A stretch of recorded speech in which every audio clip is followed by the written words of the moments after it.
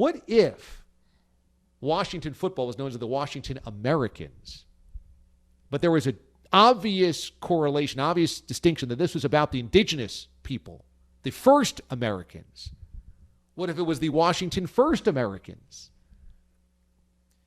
You know, it's interesting how we think about being an American, and it's become really distorted, especially in 2020, that an American means that you're not an immigrant.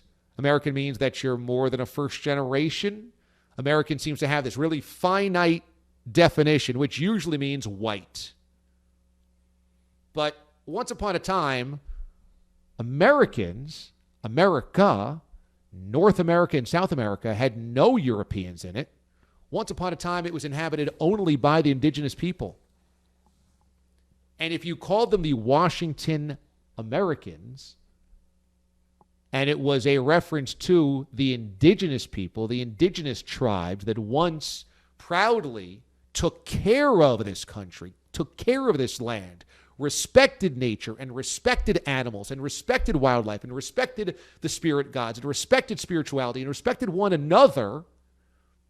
And it was not about buying land and trading land and having things, but instead it was about honoring the place that you were at, Mother Nature, the earth, all things that we're trying desperately to get back to now, but we can't because we're so far gone.